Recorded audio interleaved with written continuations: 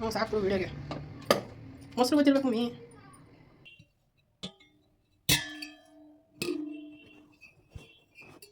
ಹೇಳ್ಕೊಟ್ಬಿಡು call ಮಾಡೋದು.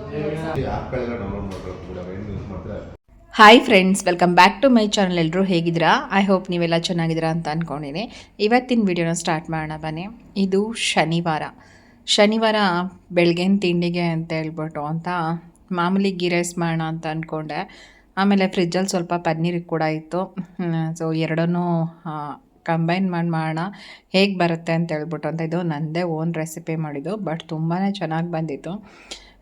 ಗೊತ್ತಲ್ವಾ, ಈ ಥರ ವೀಡಿಯೋಸ್ಗಳು ನಾವು ಮಾಡ್ಕೊಂಡಿರ್ತೀವಿ. ಚೆನ್ನಾಗಿ ಬಂದರೆ ಅಪ್ಲೋಡ್ ಮಾಡ್ತೀವಿ, ಚೆನ್ನಾಗಿ ಬರಲಿಲ್ಲ ಅಂದರೆ ನಾನು ಅಪ್ಲೋಡ್ ಮಾಡಲಿಕ್ಕೆ ಹೋಗಲ್ಲ. ಸೊ ಚೆನ್ನಾಗಿ ಬಂದಿದ್ದು, ನೀವು ಒಂದ್ಸಲ ಟ್ರೈ ಮಾಡಿ. ತುಂಬಾ ಹೆಲ್ತಿ ಮತ್ತು ಪ್ರೋಟೀನ್ ಕೂಡ ಚೆನ್ನಾಗಿರುತ್ತೆ. ಹಾಗಾಗಿ ಮಕ್ಕಳಿಗೆ ತುಂಬ ಇಷ್ಟ ಕೂಡ ಆಗುತ್ತೆ. ಸ್ವಲ್ಪ ಒಂದು ಕುಕ್ಕರ್ಗೆ ಆಗಲಿ ಅಥವಾ ಒಂದು ಪಾತ್ರೆಗಾಗಲಿ ಎಣ್ಣೆ ಹಾಕಿ ಸ್ಪೈಸಸ್ಸು ಚಕ್ಕೆ, ಲವಂಗ, ಮರಾಠಿ ಮೊಗ್ಗು, ಪಲಾವ್ ಎಲೆ, ಕಸ್ತೂರಿ ಮೇಥಿ, ಹಸಿ ಶುಂಠಿ ಮತ್ತು ಬೆಳ್ಳುಳ್ಳಿ ಇಷ್ಟನ್ನೂ ಹಾಕ್ಕೊಂಡು ಚೆನ್ನಾಗಿ ಫ್ರೈ ಮಾಡ್ಕೋಬೇಕು. ಇಲ್ಲಿ ಎಣ್ಣೆ ನೀವು ಯಾವ್ದು ಯೂಸ್ ಮಾಡ್ಕೊಡ್ತೀರಾ ನಾರ್ಮಲಾಗಿ ಯೂಸ್ ಮಾಡ್ಕೊಳ್ಳಿ. ನಾನು ಹಸಿ ಶುಂಠಿ ಮತ್ತು ಬೆಳ್ಳುಳ್ಳಿ ಪೇಸ್ಟು ಹೊರಗಡೆಯಿಂದ ತರಿಸಲ್ಲ. ನಾನು ಕೂಡ ಸ್ಟೋರ್ ಮಾಡಿ ಇಡಲ್ಲ. ಏನೋ ಹಸಿ ಶುಂಠಿನ ಫ್ರಿಜ್ಜಲ್ಲಿ ಇಟ್ಕೋಬಾರ್ದು ಅಂತ ಹೇಳ್ತಾರೆ. ಅದು ಏನೋ ಅಂತ ನನಗೆ ಪರ್ಟಿಕ್ಯುಲರ್ ರೀಸನ್ ಗೊತ್ತಿಲ್ಲ. ಬಟ್ ನಾನು ಹತ್ರ ಸ್ಟೋರೆಲ್ಲ ಮಾಡಿಡಲ್ಲ. ಬೇಕು ಅಂದಾಗ ಅಲ್ಲೇ ಸ್ವಲ್ಪ ಜಜ್ಜಿ ಹಾಕ್ತೀನಿ ಅಷ್ಟೇ. ತುಂಬ ರೇರು, ಕೆಲವೊಂದು ಸಲ ಹೊರಗಡೆಯಿಂದ ತರ್ಸೋದು ತುಂಬ ರೇರು. ಸೊ ಮತ್ತು ಒಂದೆರಡು ಈರುಳ್ಳಿ, ಹಾಗೆಯೇ ಸ್ವಲ್ಪ ಹಸಿಮೆಣ್ಸಿನ್ಕಾಯಿ ಹಾಕಿದ್ದೀನಿ. ಅಂದರೆ ಇವತ್ತು ನನ್ನ ಮಗನ ಸ್ಕೂಲಲ್ಲಿ ಪೇರೆಂಟ್ಸ್ ಮೀಟಿಂಗ್ ಇತ್ತು, ಬೇಗ ಕೂಡ ಹೋಗಬೇಕಿತ್ತು. ಹಾಗಾಗಿ ಮನೆ ಕೆಲಸ ಎಲ್ಲ ಮುಗಿಸ್ಬೇಕಲ್ವ. ಎಲ್ಲ ಕೆಲಸ ಮುಗಿಸಿ ಹೊರಗಡೆ ಹೋದರೆ ಒಂದು ನೆಮ್ಮದಿ. ಮತ್ತು ಹೊರಗಡೆಯಿಂದ ಬಂದು ಕೆಲಸ ಮಾಡಲಿಕ್ಕಂತೂ ನನಗಂತೂ ಇಷ್ಟ ಆಗೋಲ್ಲ. ಯಾರಿಗೆ ಹೆಂಗೆ ಅಂತ ಗೊತ್ತಿಲ್ಲ. ಕೆಲವರೆಲ್ಲ ಬಂದ್ ಮಾಡ್ಕೊಂಡ್ರೆ ಆಯಿತು ಬಿಡು ಅಂತ ಹೋಗ್ತಾರೆ. ಬಟ್ ನಂಗೆ ಬಂದ್ ಮಾಡ್ಕೊಡೋ ಮೂಡೇ ಇರೋಲ್ಲ. ನಾನು ಫಸ್ಟೇ ಪ್ಲ್ಯಾನ್ ಮಾಡ್ಕೊಬಿಟ್ಟಿರ್ತೀನಿ, ಇಷ್ಟು ಗಂಟೆಗೆ ಹೊರಗಡೆ ಹೋಗಬೇಕು, ಸೊ ನನ್ನ ಇಷ್ಟು ಗಂಟೆಗೆ ಇಷ್ಟು ಕೆಲಸ ಆಗಿರಬೇಕು ಅಂತ ಹೇಳ್ಬಿಟ್ಟು ಅಂತ. ಇವಾಗ ನಾನು ಸ್ವಲ್ಪ ಕಸ್ತೂರಿ ಮೇಥಿನ ಹಾಕ್ತಾಯಿದ್ದೆ. ಸೊ ಕುಕ್ಕರು ನಾವೇನು ಜಾಸ್ತಿ ಯೂಸ್ ಮಾಡಲ್ಲ. ಬಟ್ ಈ ಥರ ಪಲಾವು, ಬಿರಿಯಾನಿ ಈ ಥರ ಎಲ್ಲ ಮಾಡಬೇಕಾದ್ರೆ ನಮಗೆ ಟೈಮ್ ಸೇವ್ ಆಗುತ್ತೆ ಅಂತ ಹೇಳ್ಬಿಟ್ಟು ಅಂತ ನಾನು ಕುಕ್ಕರ್ನ ಯೂಸ್ ಮಾಡ್ತೀನಿ. ಸ್ವಲ್ಪ ಕಡಲೆಕಾಳು, ಬಟಾಣಿ ಕೂಡ ನೆನೆಸಿದ್ದೆ ಸಾಂಬಾರಿಗೆ ಅಂದ್ಬಿಟ್ಟು. ಆದರೆ ಇದನ್ನೇ ತೆಗೆದು ಸ್ವಲ್ಪ ಬಟಾಣಿ ಕೂಡ ಹಾಕ್ತೆ. ನಾನು ಹೇಳಿದೆ ಅಲ್ವಾ, ನಾನು ಏನೋ ಮಾಡ್ಲಿಕ್ಕೆ ಹೋಗಿ ಏನೋ ಮಾಡಿದೆ ಅಂತ. ಇಷ್ಟು ಪನ್ನೀರಿತ್ತು. ಈ ಪನ್ನೀರು ಅಷ್ಟೇ ನಾನು ಮನೆಯಲ್ಲೇ ಮಾಡ್ಕೊಳ್ಳೋ ಅಂಥದ್ದು. ಹೊರಗಡೆ ಕೆಲ್ಸಕ್ಕೆ ಹೋಗೋರಿಗೆ ಸರಿ ಹೋಗುತ್ತೆ, ಬಟ್ ನಾವು ಮನೆಯಲ್ಲೇ ಇರ್ತೀವಲ್ವಾ. ಸೊ ಆದಷ್ಟು ನಾವೇ ಪ್ರಿಪೇರ್ ಮಾಡಿಕೊಂಡ್ರೆ ಬೆಸ್ಟು. ನಮಗೂ ಟೈಮ್ ಪಾಸ್ ಆಗುತ್ತೆ, ಹೊರಗಡೆಯಿಂದ ತರೋದು ಕೂಡ ಸೇವ್ ಆಗುತ್ತೆ, ಮತ್ತು ಹೆಲ್ತಿ ಕೂಡ ಅಂತ ಅನಿಸುತ್ತೆ. ಯಾರಿಗೆಲ್ಲ ಟೈಮ್ ಇದೆಯೋ ಅವ್ರು ಮಾತ್ರ ಆದಷ್ಟು ಮನೆಯಲ್ಲೇ ಮಾಡ್ಕೊಳ್ಳಿ. ಯಾರಿಗೆ ಟೈಮ್ ಇಲ್ವೋ ಅವ್ರು ಏನೂ ಮಾಡೋಕ್ಕಾಗಲ್ಲ. ಮತ್ತು ನಿಮಗೂ ಆಗಬೇಕಲ್ವಾ, ಕೆಲಸಗಳಾಗಬೇಕು, ನಿಮಗೂ ಹೆಲ್ತ್ ಸಪೋರ್ಟ್ ಮಾಡಬೇಕು ಮೇಯ್ನು. ಇವಾಗ ನಾನಿಲ್ಲಿ ಇದಕ್ಕೆ 1 ಲೋಟದಷ್ಟು ಹಾಲು ಹಾಕ್ತಾಯಿದ್ದೀನಿ. ನಾನಿಲ್ಲಿ 1.5 ಗ್ಲಾಸಷ್ಟು ಅಕ್ಕಿಗೆ ಮಾಡ್ತಾಯಿರೋದು. ಹಾಗಾಗಿ ಈ ಹಾಲಿಗೆ ನಾನಿಲ್ಲಿ ಮಾಮೂಲಿ ಅಂದರೆ ಅವಾಗ ತಾನೇ ಬೆಳಗ್ಗೆ ಕೊಟ್ಟಿರೋಂಥ ಹಸಿ ಹಾಲನ್ನ ಹಾಕ್ತಾಯಿದ್ದೀನಿ. ಅದ್ರ ಬದಲು ನೀವು ತೆಂಗಿನ ಹಾಲು ಕೂಡ ಹಾಕಿದ್ರೆ ಇನ್ನೂ ರುಚಿಯಾಗಿ ಬರುತ್ತೆ. ಇವಾಗ ಮತ್ತೆ 2 ಗ್ಲಾಸ್ ನೀರು ಹಾಕಿ, ಹಾಗೆ ಅಕ್ಕಿನೂ ಹಾಕ್ಬಿಟ್ಟೆ. ಅಕ್ಕಿ ತೊಳೆದ್ಬಿಟ್ಟು ಸ್ವಲ್ಪ ವಿಡಿಯೋ ಕ್ಲಿಪ್ಪಿಂಗ್ ಮಿಸ್ ಆಗಿದೆ, ಒಂದು ಫೋನ್ ಕಾಲ್ ಬಂತು. ಹಾಗಾಗಿ ಇನ್ನು ಲೇಟ್ ಆಗುತ್ತಲ್ವ, ವಿಡಿಯೋ ಮಾಡ್ಕೊಂಡು ಕೂತ್ಕೊಂಡ್ರೆ ಅರ್ಥ ಆಗುತ್ತೆ. ಜಸ್ಟ್ ಒಂದು ಮೆಥಡ್ ಅಷ್ಟೇ ಅಂದ್ಬಿಟ್ಟು ಸ್ವಲ್ಪ ಉಪ್ಪು ಹಾಕಿ, ಸ್ವಲ್ಪ ನಮಗೆ ಖಾರ ಇಷ್ಟ ಆಗುತ್ತೆ ಹಾಗಾಗಿ ಚೂರು ಲಾಸ್ಟಲ್ಲಿ ಚಿಕನ್ ಮಸಾಲ ಹಾಕಿದೆ. ಇದೇನು ಬೇಕಿಲ್ಲ, ನಿಮಗೆ ಬೇಕಿದ್ರೆ ಹಾಕ್ಕೊಳ್ಳಿ ಅಷ್ಟೇ. ಸೊ ಮಾಮೂಲಿ ಗೀ ರೈಸ್ ಮಾಡ್ತೀವಿ ನೋಡಿ, ಅದಕ್ಕೆ ಪನ್ನೀರನ್ನ ಸೇರಿಸಿ ಈ ರೀತಿ ಮಾಡಿದ್ರೆ ನಿಜವಾಗ್ಲೂ ತುಂಬಾ ಚೆನ್ನಾಗಿರುತ್ತೆ. ಇದಕ್ಕೆ ಯಾವುದೇ ಥರ ಗ್ರೇವಿ ಬೇಕಿಲ್ಲ, ಮತ್ತು ಮೊಸರು ಬಜ್ಜಿ ಬೇಕಿಲ್ಲ. ನನ್ನ ಮಗನಿಗಂತೂ ಇದು ತುಂಬಾ ಇಷ್ಟ ಆಗಿತ್ತು. ಒಂದು ರೀತಿ ಜ್ಯೂಸಿಯಾಗಿತ್ತು, ತಿನ್ಲಿಕ್ಕಂತೂ ಸಖತ್ತಾಗಿತ್ತು ಮಾತ್ರ. ಆರೋದ್ಮೇಲೆ ಹೇಗೋ ಗೊತ್ತಿಲ್ಲ ಮಾತ್ರ, ಯಾಕಂದರೆ ನಮ್ಮ ಮನೆಯಲ್ಲಿ ಆಲ್ಮೋಸ್ಟ್ ಬಿಸಿ ಅಡುಗೆನೇ.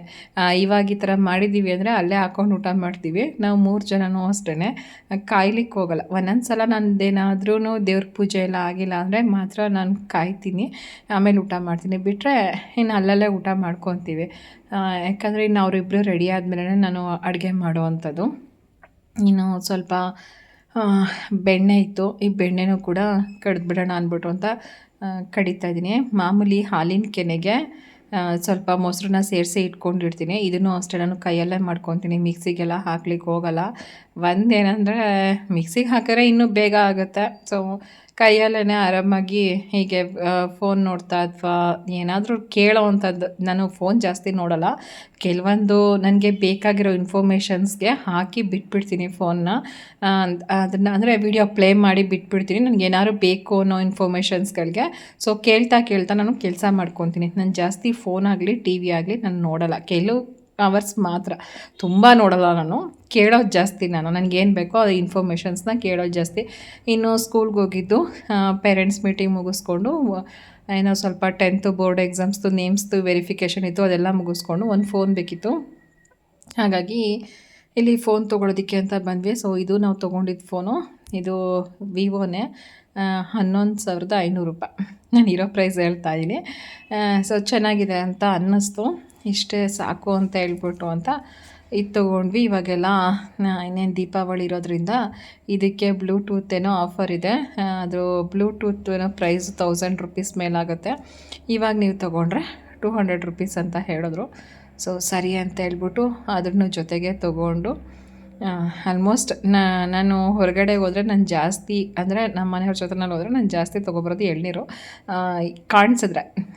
ಯಾಕಂದರೆ ಎಳ್ನೀರು ಬಾಡಿಗೆ ತುಂಬಾ ಹೆಲ್ತಿ ಅಲ್ವಾ, ಅದರಲ್ಲೂ ನನಗೆ ಮಾರ್ನಿಂಗ್ ಕುಡಿಲಿಕ್ಕೆ ಇಷ್ಟ ಆಗುತ್ತೆ. ಹಾಗಾಗಿ ನಾನು ಎಳ್ನೀರು ಅಲ್ಲಿ ಕುಡಿಯೋದಕ್ಕಿಂತ ಪಾರ್ಸಲ್ ತೊಗೊಂಬರೋದು ಜಾಸ್ತಿ. ಕೊನೆಗೆ ಈ ಫೋನು ತೊಗೊಂಡು ಒಂದು 5 ಎಳ್ನೀರು ತೊಗೊಂಡು ಬಂದಿದ್ದಾಯಿತು. ಆವತ್ತಿನ ಶನಿವಾರದ ವಿಡಿಯೋ ಅಷ್ಟೇ ಮಾಡ್ಕೊಂಡಿರೋದು. ಇನ್ನು ಇದು ನೆಕ್ಸ್ಟು ಭಾನುವಾರ. ಈ ಗೋಧಿನ ತೊಳೆದ್ಬಿಟ್ಟು 10 kg ಗೋಧಿ ತರಿಸಿದ್ದೆ. ಇದನ್ನು ತೊಳೆದ್ಬಿಟ್ಟು ಒಣಗಿಸಿದ್ದೀನಿ, 3 ದಿನ ಚೆನ್ನಾಗಿ ಒಣಗಿಸಿದ್ದೀನಿ. ಇದು ಕುಸ್ಲಕ್ಕಿ, ನಾನು ಲಾಸ್ಟ್ ವೀಡಿಯೋದಲ್ಲಿ ಹಾಕಿದ್ದೆ. ಕುಸ್ಲಕ್ಕಿ ಮತ್ತು ಕಪ್ಪು ಉದ್ದಿನ ಕಾಳು ಮತ್ತು ಮೆಂತ್ಯ, ಅಂದರೆ ಮೆಂತ್ಯ 1 kg, ಕುಸ್ಲಕ್ಕಿ 2 kg, ಕಪ್ಪುದು ಉದ್ದಿನ ಕಾಳು 1 kg. ಇವಾಗ ಗೋಧಿನ ಅಂದರೆ 8 kg ಅಷ್ಟು ಗೋಧಿನ ಸಪ್ರೇಟಾಗಿ ಬಿಡಿಸ್ತೀನಿ, ಮತ್ತು 2 kg ಅಷ್ಟು ಗೋಧಿನ ಇದು ಮೆಂತ್ಯದ ಹಿಟ್ಟು ಅಂತ ಹೇಳ್ತೀವಲ್ಲ ಅದ್ರ ಜೊತೆಯಲ್ಲೇ ಬಿಡಿಸ್ತೀನಿ. ಕೆಲವರೆಲ್ಲ ಅಂದ್ಕೊತಾರೆ ಮೆಂತ್ಯದ ಹಿಟ್ಟು ತಿಂದರೆ ದಪ್ಪ ಆಗ್ತಾರೆ ಅಂತ ಹೇಳ್ಬಿಟ್ಟು ಅಂತ. ಕೆಲವರು ನಮಗೆ ಹಳ್ಳಿಗಳ ಸೈಡು ಬಾಣನ ತಿನ್ನೋಲೆಲ್ಲ ಮಾಡಿಕೊಡ್ತಾರೆ ಮಗುವಾದಾಗ, ಮೆಚೂರ್ಡಾದಾಗ. ಒಂದೇನಂತಂದರೆ ಆ ಥರ ದಪ್ಪ ಏನೂ ಆಗೋಲ್ಲ, ಯಾಕಂದರೆ ಇದರಲ್ಲಿ ಹಾಕಿರೋದು ಕುಸ್ಲಕ್ಕಿ, ಗೋಧಿ ಮತ್ತು ಕಪ್ಪುದು ಉದ್ದಿನ ಕಾಳು, ಮೆಂತ್ಯ ಅಲ್ವಾ. ಸೊ ಇದು ದಪ್ಪ ಆಗೋಲ್ಲ. ಕೆಲವರು ತುಪ್ಪದಲ್ಲಿ ತಿಂತಾರೆ, ಕೆಲವರು ಸಾಂಬಾರಲ್ಲಿ ತಿಂತಾರೆ, ನಾವು ಎರಡರಲ್ಲೂ ತಿಂತೀವಿ.